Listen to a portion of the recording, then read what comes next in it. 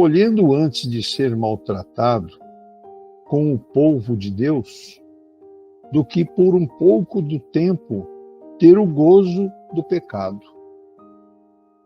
Está em Hebreus, no 11, 25. Né? Então ela nos diz assim essa lição. Nesta passagem, refere-se Paulo à atitude de Moisés, abstendo-se de gozar por um pouco de tempo das suntuosidades da casa do faraó, a fim de consagrar-se à libertação dos companheiros cativos, criando imagem sublime para definir a posição do Espírito encarnado na terra. Por um pouco, o administrador dirige os interesses do povo. Por um pouco, o servidor obedece na subalternidade. Por um pouco, o usuário retém o dinheiro. Por um pouco, o infeliz padece privações. Ah, se o homem reparasse a brevidade dos dias de que dispõe na terra, se visse a exiguidade dos recursos com que pode contar no vaso de carne em que se movimenta, certamente semelhante percepção diante da eternidade dar-lhe-ia novo conceito da bendita oportunidade preciosa e rápida que lhe foi concedida no mundo. Tudo favorece ou aflige a criatura terrestre, simplesmente por um pouco de tempo.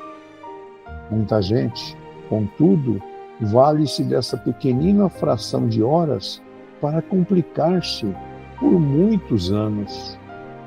É indispensável fixar o cérebro e o coração no exemplo de quantos souberam glorificar a romagem apressada no caminho comum. Moisés não se deteve a gozar por um pouco no clima faraônico a fim de deixar-nos a legislação justiceira. Jesus não se abalançou a disputar nem mesmo por um pouco em face da crueldade de quantos o perseguiam, de modo a ensinar-nos o segredo divino da cruz com ressurreição eterna. Paulo não se animou a descansar por um pouco, depois de encontrar o Mestre às portas de Damasco, de maneira a legar-nos seu exemplo de trabalho e fé viva. Meu amigo, onde estiveres, lembra-te de que aí permaneces por um pouco de tempo. Modera-te na alegria e conforma-te na tristeza, trabalhando sem cessar na extensão do bem. Porque é na demonstração do pouco que caminharás para o muito de felicidade ou de sofrimento. Muito bem, né? Está bem claro aí nas palavras de Emmanuel, né? Neste ponto que nos traz aí Paulo, né? Sobre este assunto por um pouco, né? Por um pouco está se referindo àquela atitude de Moisés, né? Que absteve-se da suntuosidade do faraó para se consagrar na libertação, junto a companheiros cativos, né? Então vejam que a nossa fé, a nossa perseverança é que pratica tudo em nosso favor, né? Se, como ele diz aqui, né? A semelhante percepção diante da eternidade daria-lhe novo conceito da bendita oportunidade, preciosa e rápida que lhe foi concedida no mundo. Então vejam, oportunidade que nos foi concedida, a nossa vida terrena. Esta é a grande oportunidade que ele se refere no nossa leitura, né? Aonde a brevidade do tempo que nós temos, que ele comenta isso também, né? E que, às vezes, por alguns minutos, por alguns momentos, a gente se compromete pela eternidade. Os nossos descuidos, né? A nossa falta de fé, né? Até ele cita o exemplo também de Paulo, né?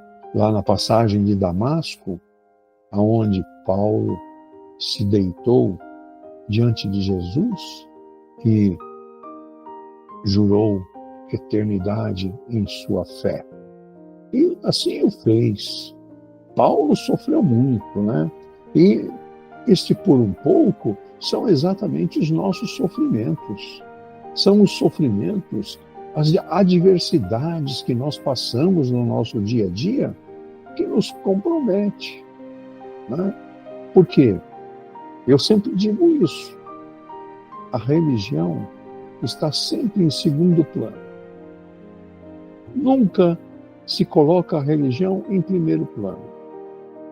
A humanidade peca por essa situação calamitosa que é colocada, né? Às vezes tem um compromisso material aí e esquece a religião. Não, eu vou lá no churrasco primeiro, né? Não é assim que pensa?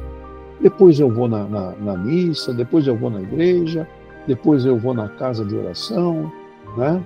Então, sempre em segundo plano. E não é exatamente o que nos traz a lição de hoje. Tá? Por um pouco, eles se sacrificaram.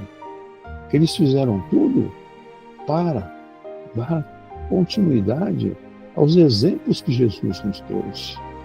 Se ele fala, ele comenta na nossa lição também o que Jesus fez na cruz para nos salvar, né? Para nos salvar e nos trazer a ressurreição. Por isso que nós precisamos enxergar e entender, né? Então, precisamos estar atentos aos pequenos detalhes do nosso dia a dia, para que a gente não se descuide, né, de exercer coisas que vão exatamente contra nós mesmos, não é? Que vai nos auto-prejudicar. Porque se eu agir de uma forma errada, eu não estou prejudicando ninguém, eu estou prejudicando a mim mesmo. A mim mesmo. Porque é o que eu vou recolher lá na frente. Aquilo que eu plantei hoje. Esta é a lei da vida.